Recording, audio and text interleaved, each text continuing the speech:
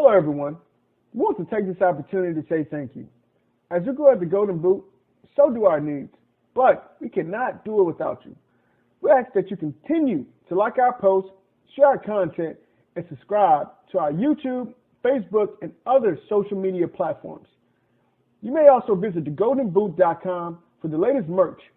If you would like to make a financial donation, you can do so through Cash App at @GoldenBoot or through PayPal at paypal.me/GoldenBoot.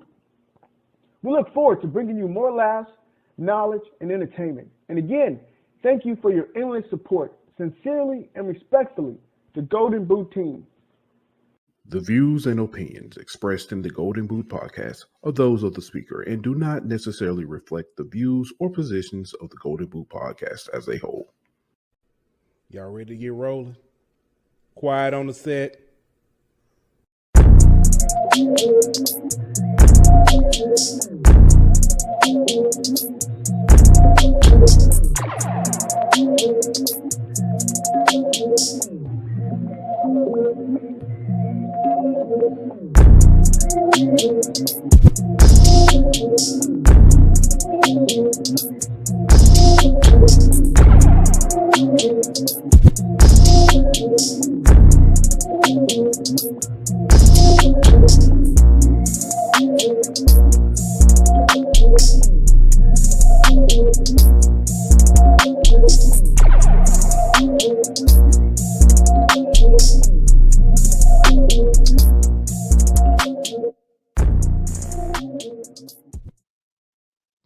Hey, welcome back to another episode of the Golden Boot. It's your boy Pooh Bear. Got my man Ant Petty Murphy in the building. What's good, my boy? First off, before we get started, stars at night, big and bright, deep in the heart of Texas, horns down. I'm kind of hot right now, cuz I ain't gonna lie to you, dog. Uh-oh, what's on your mind? What's going on? The craziest rule I've ever seen in my life, dog. Mm-hmm. So, Louisiana Tech is playing Ole Miss in baseball. Okay. Right. Louisiana Tech was trailing 4-3 going into the seventh inning. They took the lead 5-4. All right. Going into the bottom of the seventh, a rain delay happens. They don't finish the game. So the score reverts back to the previous inning and Ole Miss wins 4-3. Shut up.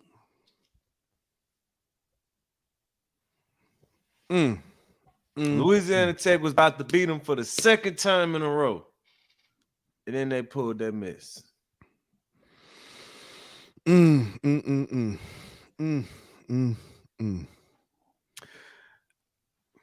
don't know what to say. I'm hot, dog. I ain't gonna lie to you. That's messed up. That's very messed up, man. It seemed like at the very least, especially with them taking the lead, it seemed like it should be a no contest. At the very least. Yeah, something, bro. I mean, you're gonna give them a L. Just wait it out and play that. It's a half inning. You know what I mean? Like, it ain't like you gotta finish multiple innings. But I don't know, bro. It's some BS in my opinion, but I agree. Ooh, Kentucky is about to be upset. Down by 2, 68-66 to Vanderbilt. And Kentucky is at home with 2.6 seconds left on the clock. Man, Vanderbilt beat everybody they shouldn't beat and lose to the people they're supposed to beat. Yeah. Man, let's go ahead and get started, man. We talking about this game last night, man. First off, shout out to everybody. We're gonna talk about that too. As always, appreciate your support. Thank you for watching. Thank you for tuning in. You could be anywhere in the world, but you're here with us. We'll appreciate that. Much love, man. Continue to like, subscribe, share. Y'all been sharing, man, and it helps, man. It reflects in the views, and we appreciate it. But let's talk about this game, man. Josh chimes in saying, "What's up, fellas? Go Tigers." Julian in the building says something about LSU and them gold jerseys that just brings the best out of LSU. That is true. Yes. And Vandy just upset Kentucky. 68-66 in Rupp Arena. Shout out to Jerry Stackhouse. Yeah. But Yeah, so LSU brought out the goals for midweek, big time midweek marquee Yes, sir. game. LSU basically been away, been in the Texas region or been in that the Midwest, Yeah. however we want to call it, Southwest. Austin, Not- Texas yeah, area. yeah, been in that area since they left last week. They did the Round Rock Classic, and then they stayed and took on Texas. Um, man, what a game! Shout out, big kudos, big shout out, LeBaron Johnson, starting pitcher for Texas. That boy was willing and dealing. Yes, sir. If I'm not mistaken, 9 strikeouts. Both. I mean, honestly, both pitchers was you know what I mean. Yes, shout out to Had Thatcher some good Hurd. stuff. Yeah. He bounced back from that ugly showing he had against Southern, and he said, Julian said, we just call it the capital in Texas. Yeah, I tell you what, Julian. I don't know how to spell Austin, but there's some L's in there somewhere.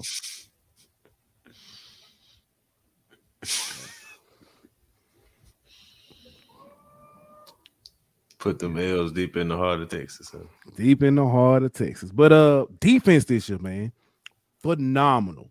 So far on the season, only 2 errors that I believe. 2 errors on the season. I could be wrong. I have to go back and double check.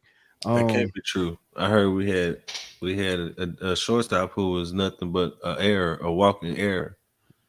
That dude is he actually would have had another RBI again last night had it not been for a trip and fall or a stumble. But man, listen, Jordan Thompson. He's been playing some good ball, bro. We know that he is a fan favorite target of some for criticism. Mm-hmm. We know that being shortstop, he is has a target on his back on when he's on the defensive side. There's always the pitcher and the shortstop, the 2 people who kind of get most. Yep. And he has done nothing but respond this year. He's improved his play. He's made smart decisions. I want to say he's been error free. I want to say. I know there's if not, he's only got 1. You know, so I mean, either way it goes, he's definitely had a bounce back season and showed that, you know, he might have had a rough year last year, but that doesn't necessarily mean that's the player he is. I think injuries had a lot to do with the last year. Yeah, man. But either way, man, that dude has been, like I said, nothing short, but nothing short of amazing. With all the big names that came in, from Gavin Guidry, Tommy Tanks, Paul Skeens. You had guys returning: Joe Bear, Dylan Cruz, Trey Morgan. You got Neil. All those names, all the Christian Little, all the names of transfers and people coming in, and it was speculated he would leave. Mm-hmm. He came back and did nothing but improve. One might say he may be baseball's version of Gary Nussmeier. He plays though, so I can't really give you that. I mean, that's not necessarily a diss. I know what you mean. Like, you know what I'm saying though. Like, yeah, he's a major contributor. Yeah. It'll kind of be like when people thought Emery was gonna leave. You know what I mean? Or something along them kind of lines. Yeah. I'm looking, I'm sorry. It's senior night for LSU taking on Missouri. And LSU is maybe they should have been playing the seniors all season. They are up 13-2. Parker Edwards came out starting. KJ Williams just knocked down a 3. So a lot of emotion in the building. yes. But back to this game at hand. Gavin Dugas. Another name who not necessarily, thought to be transferred, but he was put on the back. He wasn't even a starter to open the season. And through the unfortunate, untimely, I'm not gonna say injury, I'm gonna say Nick of Tommy White in that first weekend series, Gavin Dugas stepped up and has been nothing but, clutch You know what I'm saying? All season. 3-run home run in the top of the ninth to put LSU up for good. So we talked about the pitching. We talked about, mentioned Thatcher Hurd came out, did his thing. Then you had Ockenhausen, whatever. Yeah, I cannot say that dude's name, bro. Listen, he came in and he shut stuff down. Then you had Christian Little came and finished it off. Yep. I mean, it was a solid performance from the pitching staff. And shout out to Texas too. Honestly, salute to them, tip your cap to them, because they staff had they had a good game too, pitching wise. It just, hit here, hit there. LSU was able to scrap across some runs. The big bomb from Joe Bear. I said Joe Bear, Dugas, my bad. But yeah, man, that just shows this day and age of baseball, bro. All it takes is one swing. And LSU got a lot of guys in that lineup who can give you that one swing.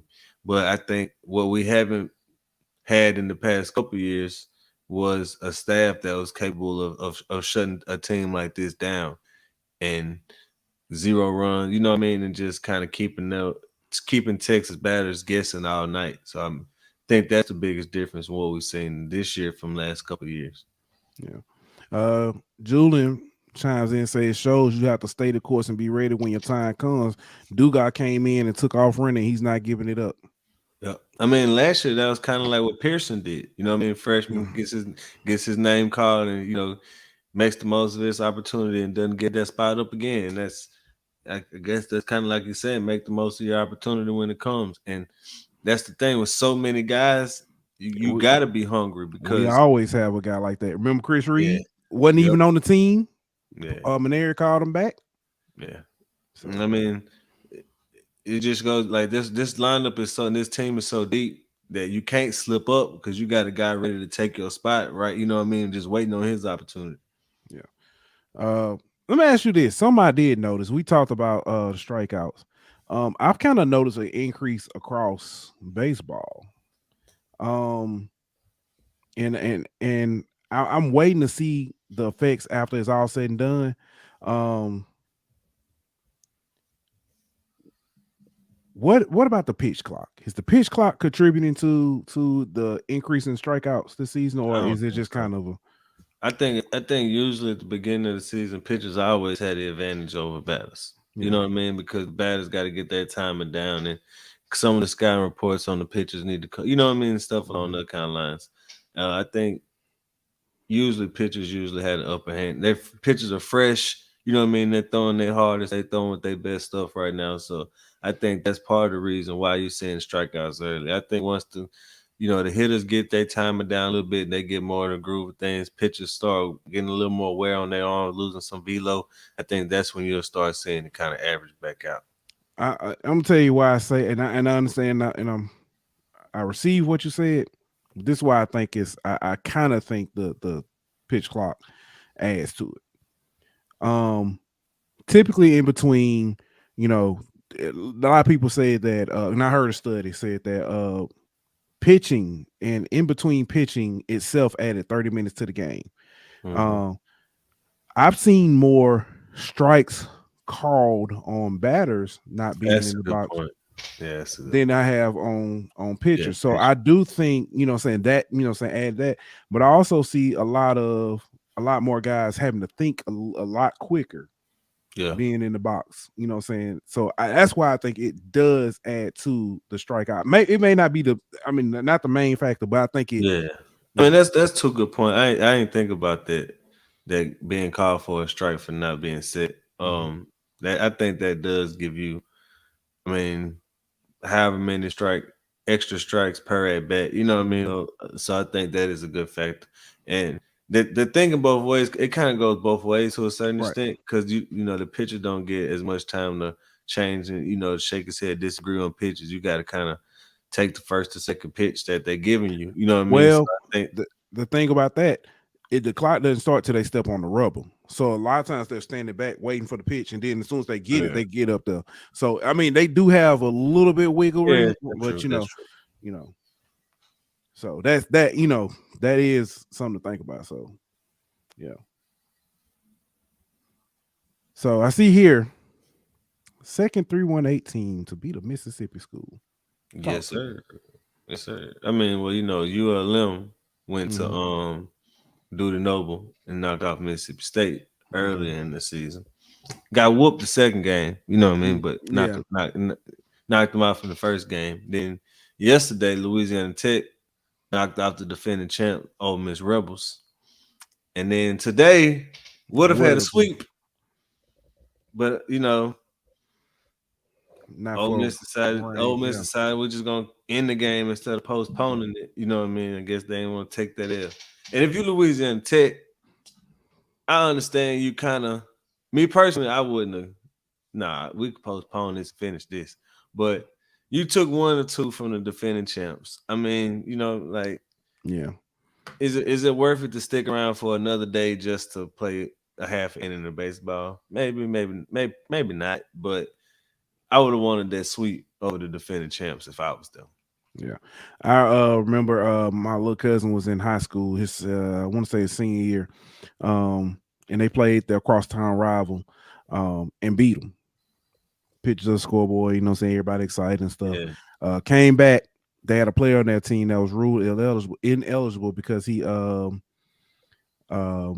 transferred in, and he transferred and was living in the city, was living, with a relative.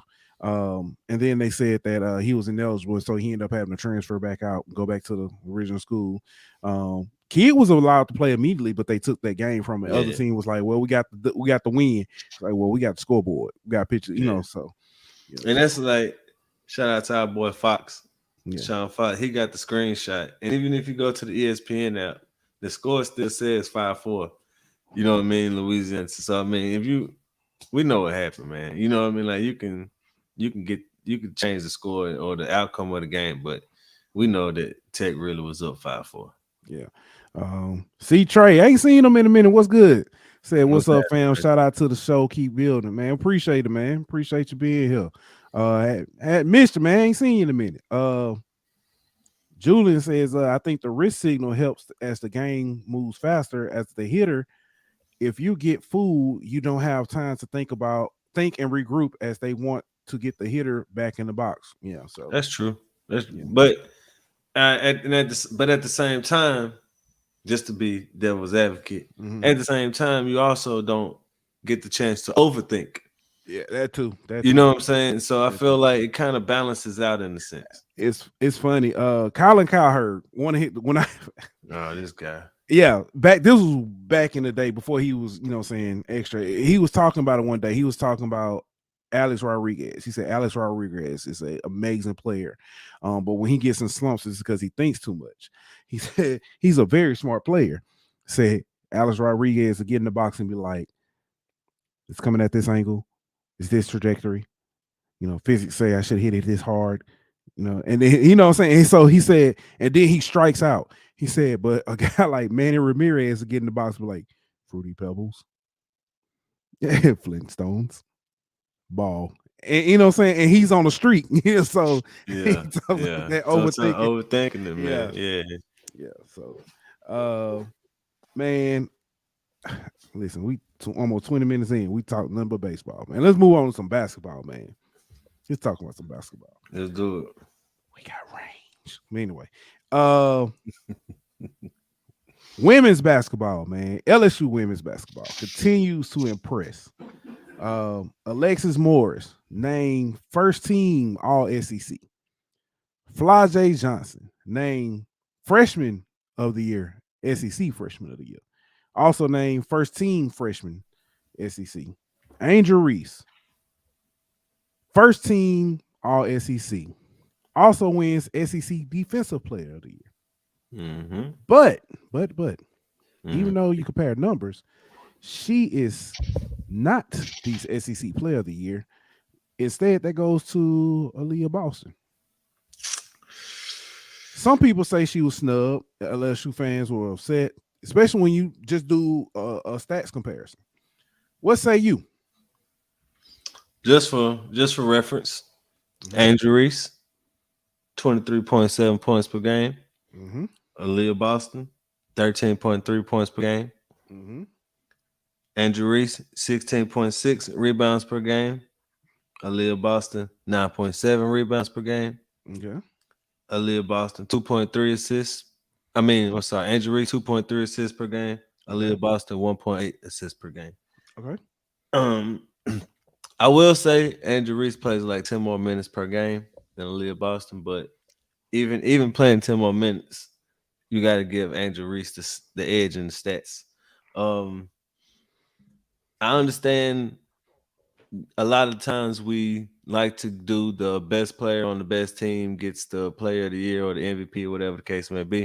I don't like that, but I know what you're saying. You're exactly right. But I think whenever you have two teams, and I know they play head to head in South Carolina won, 20 points, whatever it was.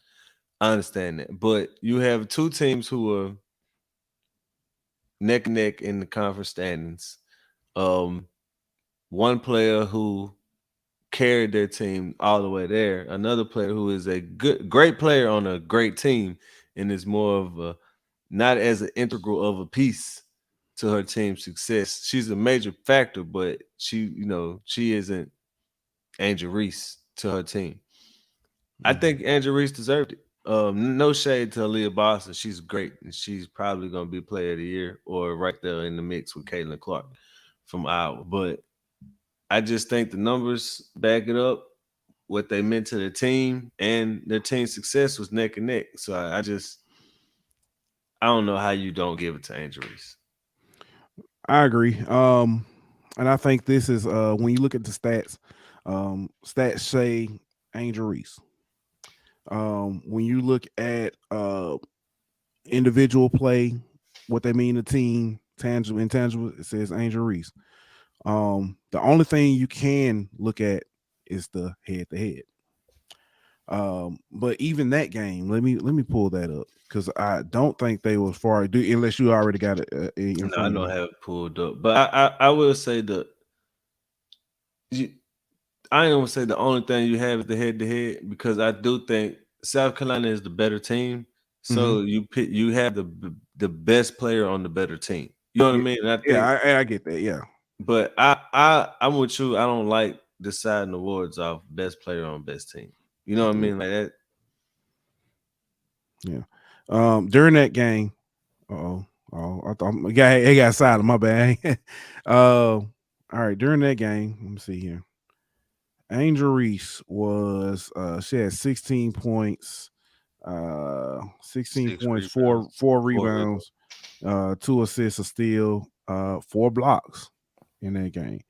Aaliyah Boston, 14 points, 9 rebounds, 2 assists, 3 blocks in that game. So I mean, neck and neck. So even if you tried to say the head to head, I mean, one team won, yeah, but that's again a team. And just like when we talk about when we do the GOAT conversation, don't confuse team accomplishment with individual awards. That's my only thing. So and I'm with you on that as far as the team success. I will say, I wonder how much Angel Reese and her demeanor, I guess, factors into it. You know, the fact that she's kind of brash. She's getting a lot of criticism for how she carries herself in the game. I wonder if that plays a factor in. Not saying it did or didn't. You know, I would just be curious at how many of the voters had an issue with that. Yeah, I think that is. I think that's foolish. Oh, I would agree. Yeah, I agree, and this is why we characterize women playing basketball the same way we characterize men for the most part. Like, man, she a dog. She out there killing. She doing this. She doing that. But it's same thing with any sport, women's sport for the most part. They did the same thing with Serena. Man, she a dog. She GOAT. She this, that, you know. But then when it comes down to when they speak up for themselves or they're a little louder or show emotion, it's they're saying she needs to carry herself like a lady. Yeah. So you want an athlete or do you want a lady? I mean, and they're not mutually exclusive, but I'm just saying that part. Yeah, they're not mutually exclusive. But the thing is, when you're talking about a competitive sport, you want to see that fierce.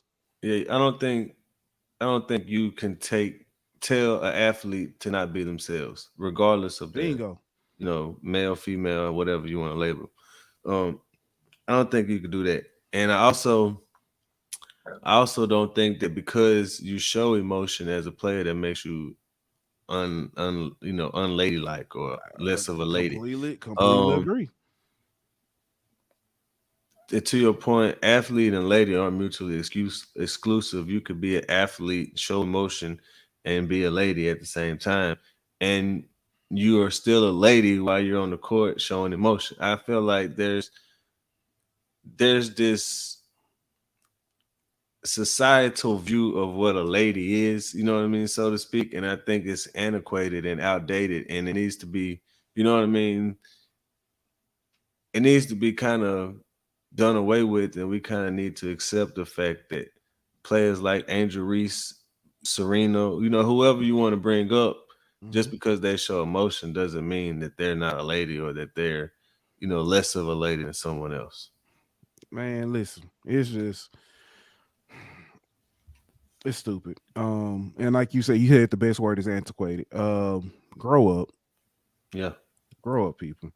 LSU men currently are playing their season finale senior night against Mizzou. They're currently up 24-16, 9 minutes left in the first half, 9 minutes 16 seconds. For all intents and purposes, they have looked pretty impressive in this game. I wish Finish the regular season on a positive note. I wish we could have, and I don't want to take away from what they're doing. I wish we could have seen this a lot more during the season. This just the effort. I just hope they finish this game with that same intensity. Maybe they should play like a girl. Mm. Mm. Mm. Mm. Hey, while we on this topic of women basketball, can I shout someone out real quick? Man, go, please do. All right, so I know we don't really talk about women's high school basketball much on this show, but Kim Mulkey record went down today. Okay. There's a young lady by the name of Paris Guillory from St. Louis Catholic.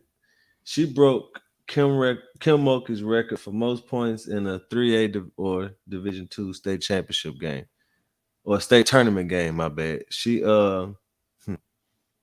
41 points. Yes, you heard me correct. 41 points. The record was set in 1980, and 43 years later, it gets broken. So kudos to that young woman. She deserves all the accolades coming her way for that performance. Man, congratulations. What'd you say her name was again? Paris Guillory. Paris Guillory. Kim. Do the right thing. Too late. Oh, too late. Louisiana Tech signing. Oh. However, Kim was doing a little scouting yesterday. 6'5", 8th grader from up this way 318 area. Yeah, Kim was in the building watching her. 6'5", 8th grade. She's ridiculously good too. Bro, I think she might be a tiger. I don't think me and my friends, I don't think we could have stood on each other's shoulders and been 6'5" in 8th grade, bro. It was crazy. I was watching the game, and I didn't know how tall she was at the time. I was just watching the game. I was like, man, she got to be like 6'3". Like, she just tall. Nope, she's 6'5", and in the 8th grade. Yeah, crazy. Wow. Speaking of tall, and we want to say tall feats. It was thought that Pistol Pete's record would never be broken. That is now in jeopardy. And dangerously in jeopardy, as I'm looking for Antoine his name. Antoine Davis of Detroit Mercy is extremely close to breaking 63 points away. Extremely close to breaking Pistol Pete's record. As Ant just said, he's 63 points away. Earlier this season, he broke the record for most three-pointers made in a college career.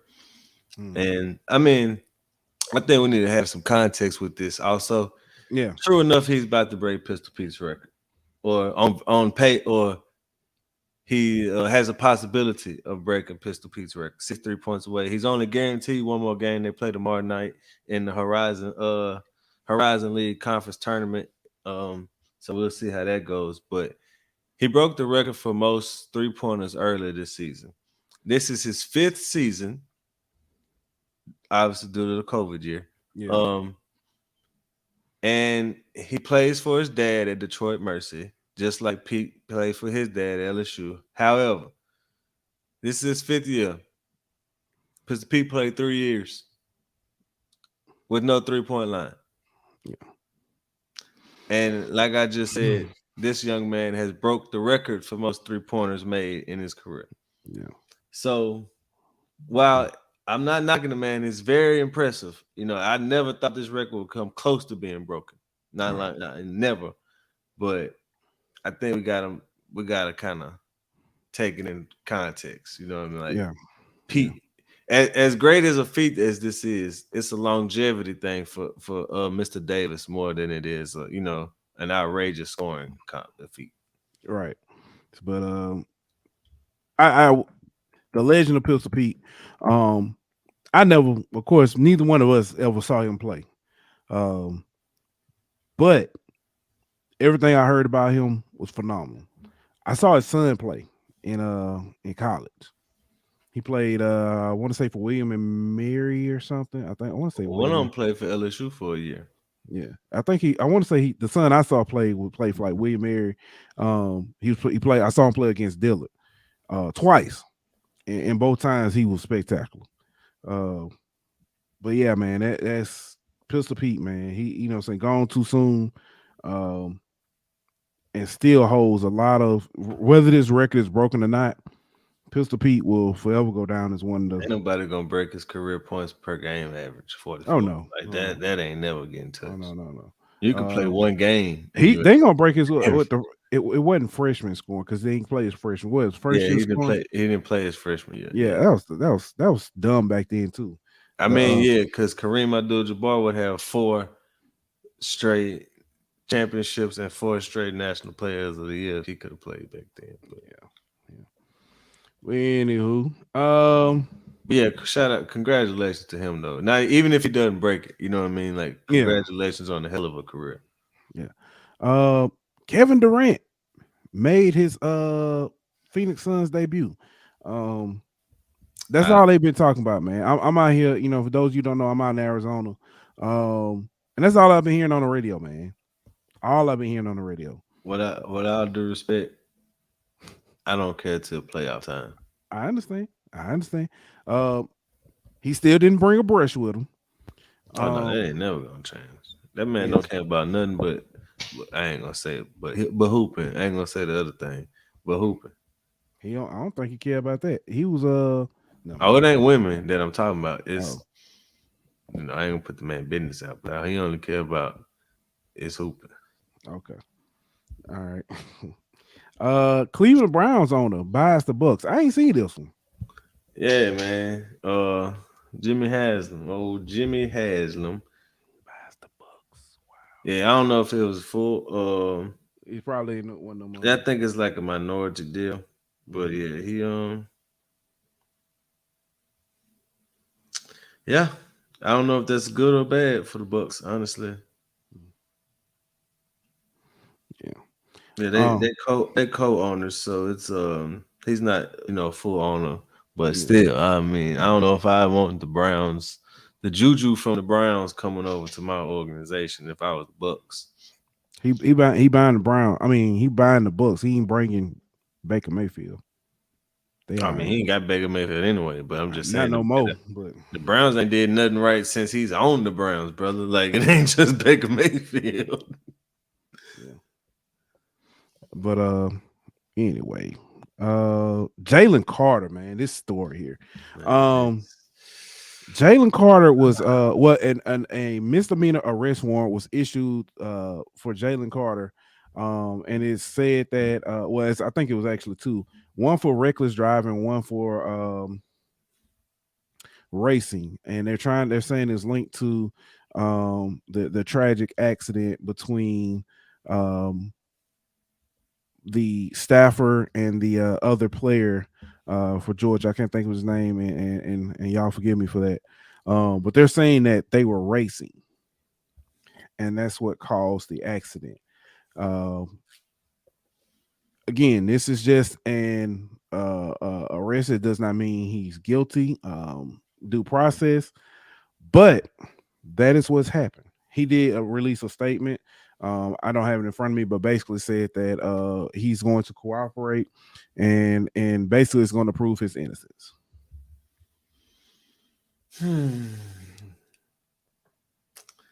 All right, so I got a couple things about this. Mm-hmm. One, the timing seems very suspicious to me.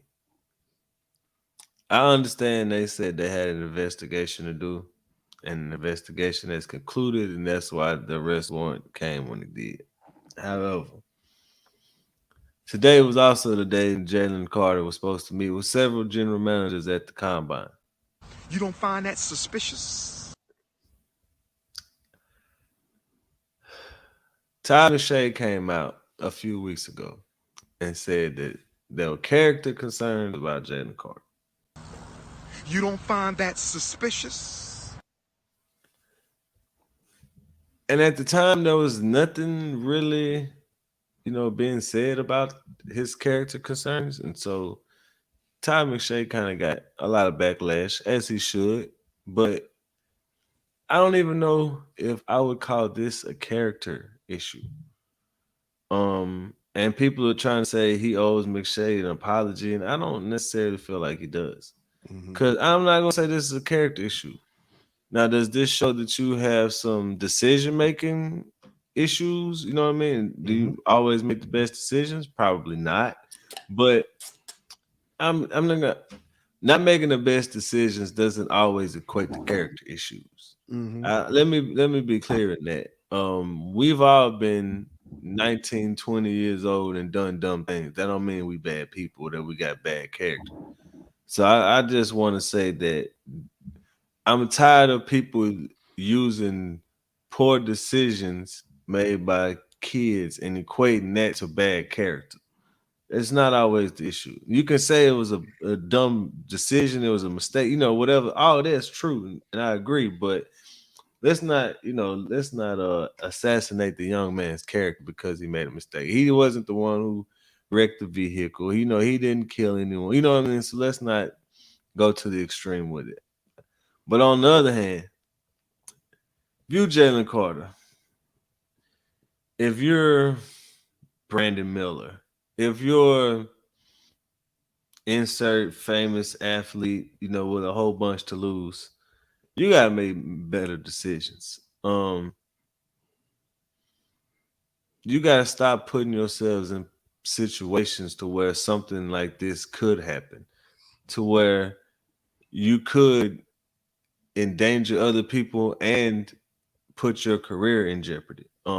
There's too much to lose for you and for other people involved for you to do something like this. But that's pretty much all I got on it. I'm gonna stop with the character assassinations though. Like, I feel like this doesn't, back up or reinforce anything Todd McShay said, in my opinion. Yeah. Somebody's probably gonna come out and say he's not a kid. But I'll say this: we talked about probably a week or two. We brought up about when Ryan Lochte and the other guys were in Rio and they got in trouble. Y'all were calling him a kid, and he was damn 31. Yeah, I'm not saying he's a kid. I get what you're saying. He's young. He's a young young. adult.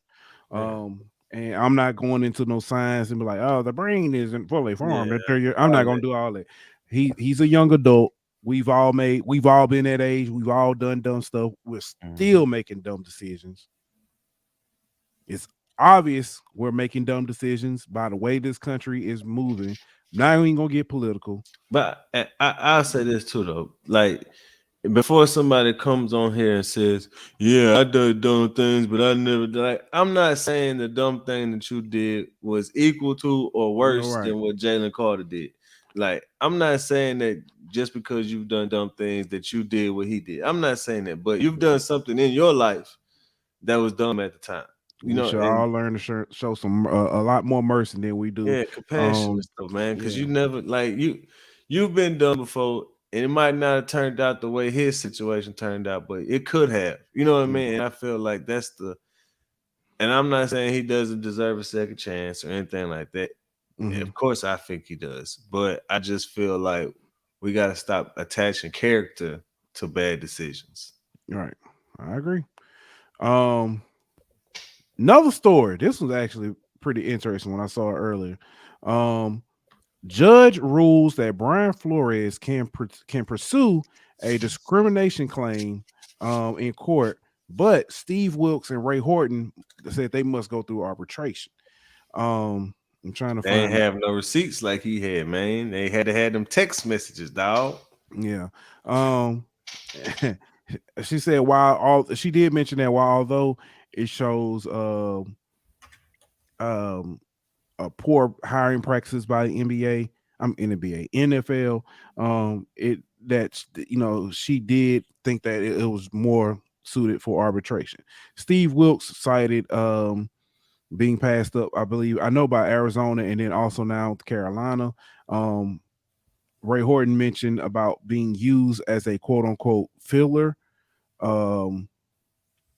like for a season, and also going through a sham coaching interview.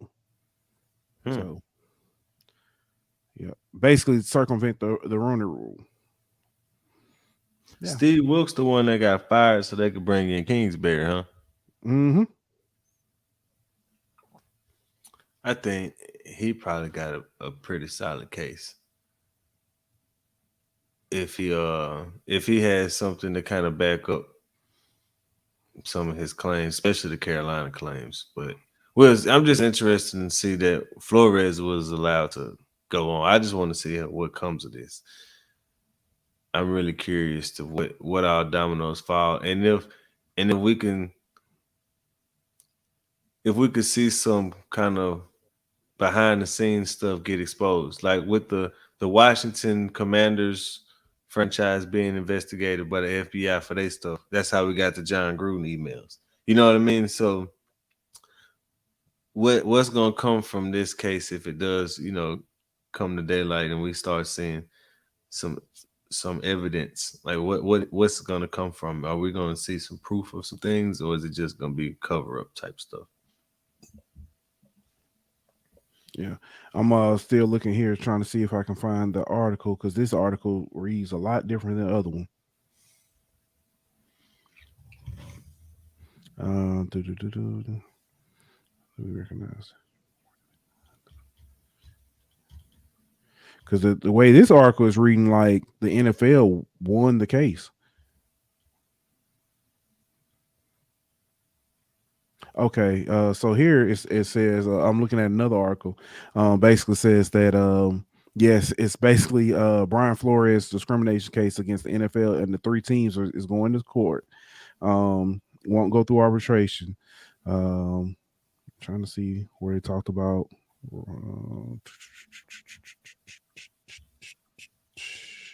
Yeah, that's all it says. But the NFL seems to be on the up and up about it. They're kind of happy with the ruling, and it's just interesting to me that she allowed one to go through one to go to court and the other two to go to arbitration.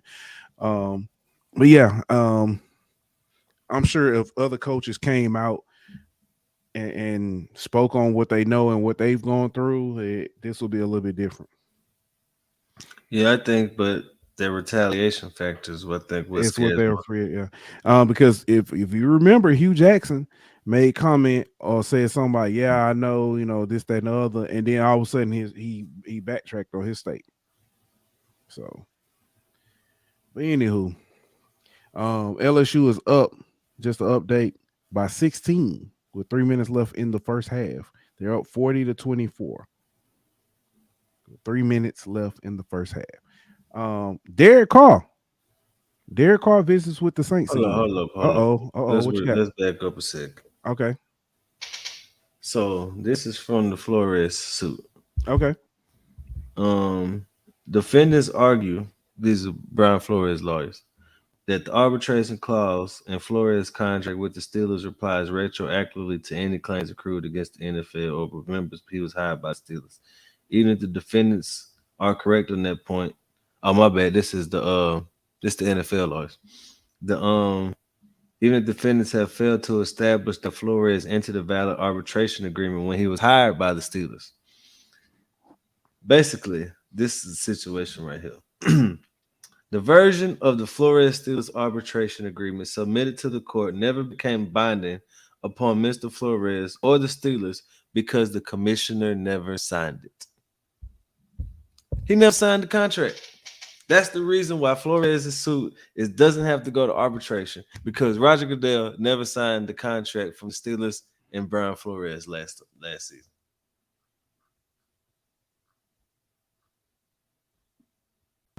You don't find that suspicious. You don't find that suspicious. About to get a lot of people. Roger Goodell about to have a lot of owners hot. Interesting. Very interesting.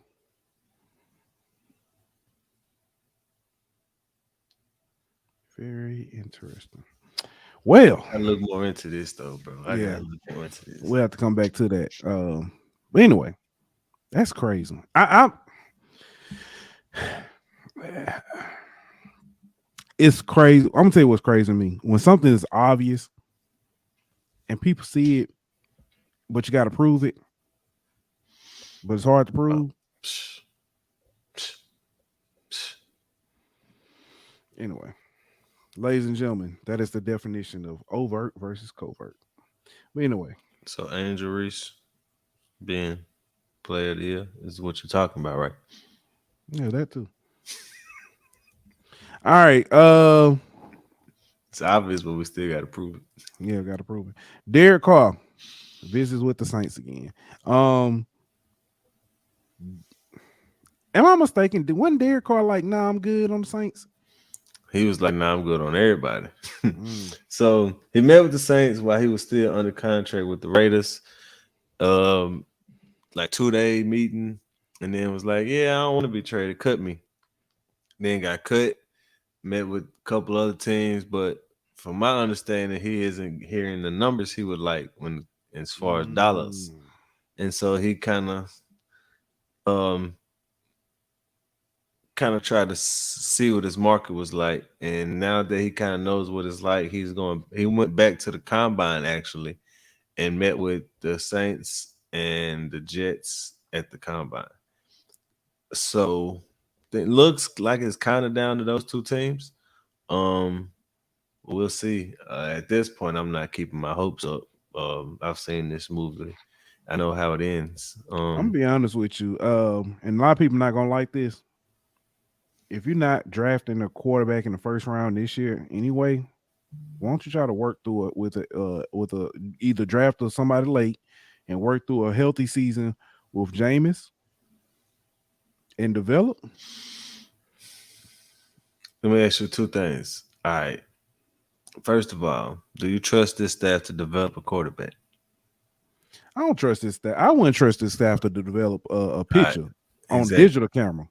Exactly. That's first. Secondly, can Jameis stay healthy for 17 games? I think he can. I mean, I think he can, but are you willing to bet money that he can? I wouldn't bet money, but I wouldn't. So wait, I wouldn't waste money on somebody who don't want. Because let me ask you: bring in Derek Carr. Mm-hmm. What is going to improve with with Derek Carr and this staff? Well, for one, Derek Carr has only missed like 10 games his whole career or something like that. So, first of all, he's going to be available. That's a big step. That's true. That's a big step. Secondly, he's a little more mobile than Jameis. So it kind of helps with your offensive line deficiencies a little bit. And he's a gamer. Like, he has more fourth quarter comebacks since he's been in the league than any other quarterback. Partially because his defense has been terrible. That's why he has to come back. But he also is, he's just got that it factor when it's late in the game. He knows how to close out and win games. I don't think there's a huge gap between Jameis and Derek Carr, except for the fact that Derek Carr is healthy. I mean, I think that's the major factor. I haven't seen Jameis Winston healthy in 2 years. Man, I ain't seen this dude.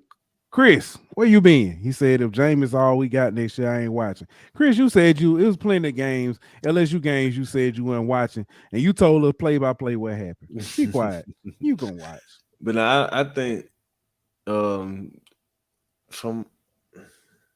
everything I've been kind of I'm hearing and feeling, I don't see Jameis back in New Orleans next year. Nah, I don't.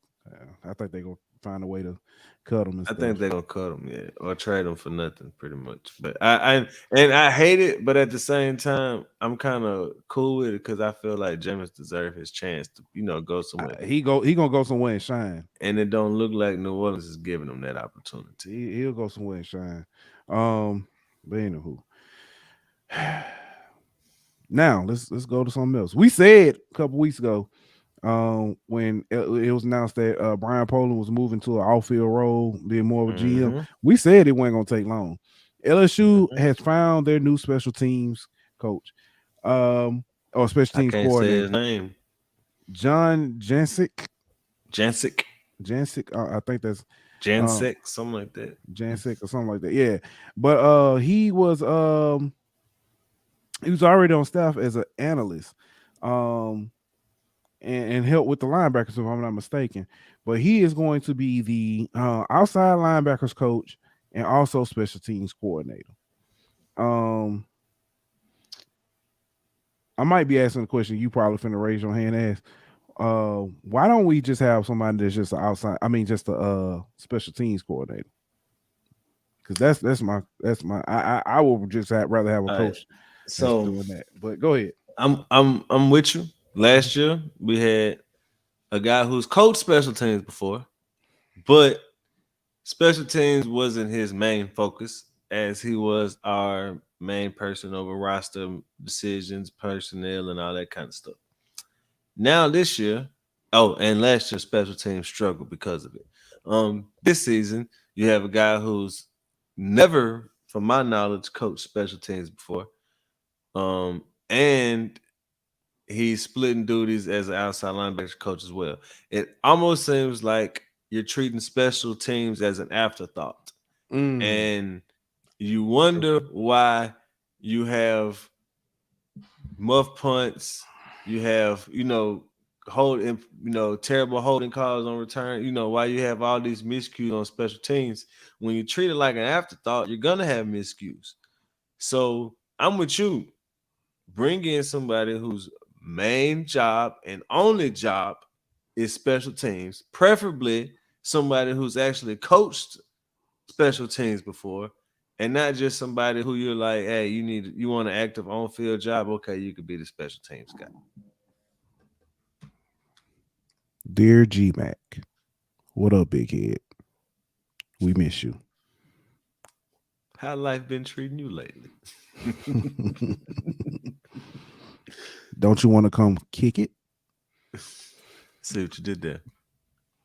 But it sure could be special. Yeah, between us. Man, listen. That was the one coach that when he left, I think left a big mark. Big mark. We'll see. I'm gonna trust the staff. I'm gonna trust the staff. I can love the things I criticize, and I can criticize the things I love. I'm gonna trust this staff. I'm gonna say this. You got one more punt before I'm on your ass. Pause. Yeah. All right. Now, last two things, and these can be brief. Did you see players basically had like a seminar about branding themselves? It was almost like a, how to make yourself marketable. Be more than just a player. Build yourself outside the off the field.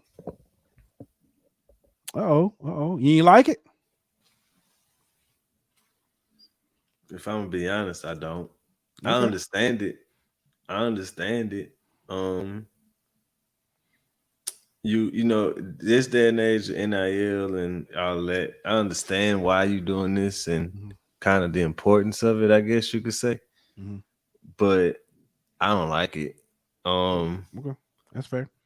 I like the idea, and I understand it's it's not reality what I'm saying, but I like the idea of NIL money and perks and whatever you want to call it, all that coming based off your play, not how well you brand yourself.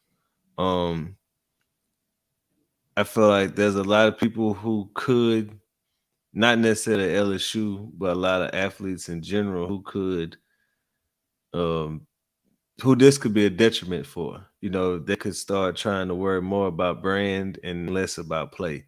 Mm. Not saying that's gonna be the case for any LSU players, but when you start doing things like that, you open up that box potentially. And I don't know, I just really like athletes focusing on ball, and I'm not saying you have to be a robot and shut up and dribble or nothing like that. You know what I mean? But let your play be your brand. You know what I mean? Until you're established enough to worry about everything else. Okay. You ready for this? Mm-hmm. I love it. I figured you would. I love it. I think it's beneficial in more than one way. If you can be a player who you know what I'm saying, learns how to one, and when you say make yourself more marketable, and more palatable, I think it does more for you, not just football wise, not just saying NIL wise. Not everybody on LSU's football team is going to make a roster or be in sports. But I think this does help in the long run in selling yourself for your next career, your next career choice. I think giving these players this skill set outside of football, forget the football, yeah, right now it can be used to help, help for NIL deals, but this could be used for interviewing, resume building. This could be used for other purposes. That's the reason I like it. I Um, understand that. I understand that aspect. yeah, and I understand what you're saying about the kind of walking billboard, selling yourself to, Mm-hmm. walk around. I get I don't like I'm the person I don't like the sponsor names on the NBA jerseys. I think that's corny Yeah. as hell.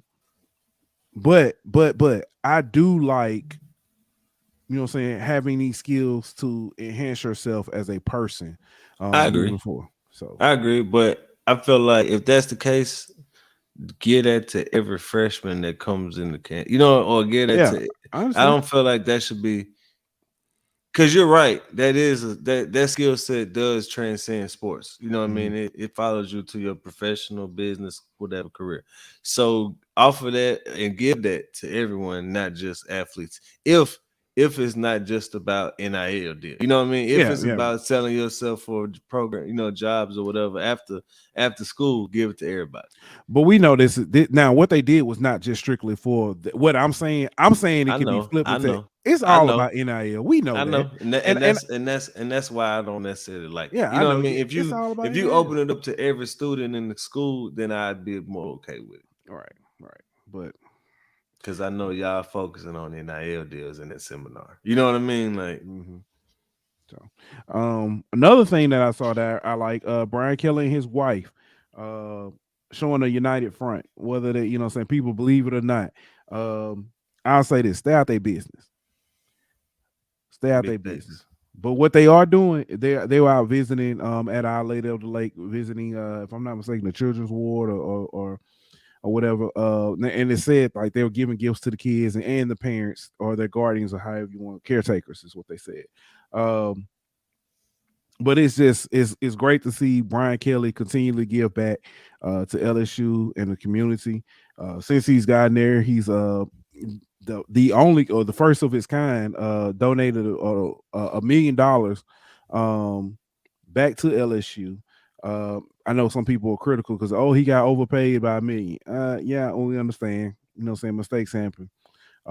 Money management. And I'm not trying to make light of it, but he's continued to do things to try to help the community. So even cancer research, his wife came in and that's one thing she wanted to do, being a cancer survivor, was help out with cancer research.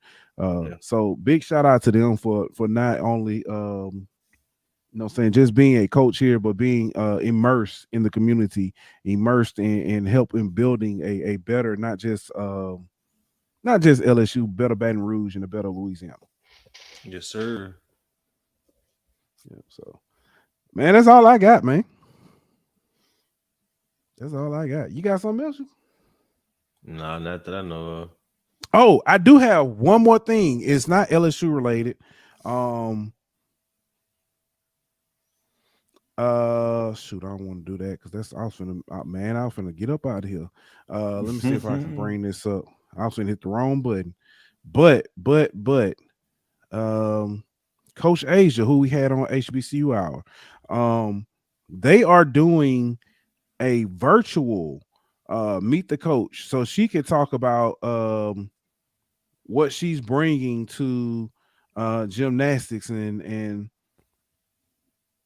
looking for the next athletes. So if you are a young lady who's interested in gymnastics, please go to Talladega Gymnastics on IG. Find this. It's going to be a virtual meeting. You can email questions, you can meet the coach, you can find out more about gymnastics. If you're looking to be a gymnast yourself, reach out and look, man. We'll talk about this a little bit more tomorrow, but it's on March 5th, and so I want to help at least start putting that out there today, so it's not just springing on you tomorrow. Yes, but that's it, man. That's all I got. Only thing I got to say is Louisiana Tech beat Ole Miss twice. Big facts. I can settle with that. I can dig it. We'll be back on Sunday with another episode of the Golden Boot. We'll be back tomorrow with the HBCU Hour. Excuse me, that was finna be nasty. Y'all was finna be all in y'all ear. My bad. But hey, yeah. Don't forget to like, follow, and subscribe on Twitter at Golden Boot. On Instagram at Golden Boot. On YouTube at The Golden Boot Pod. On Facebook at The Golden Boot Pod.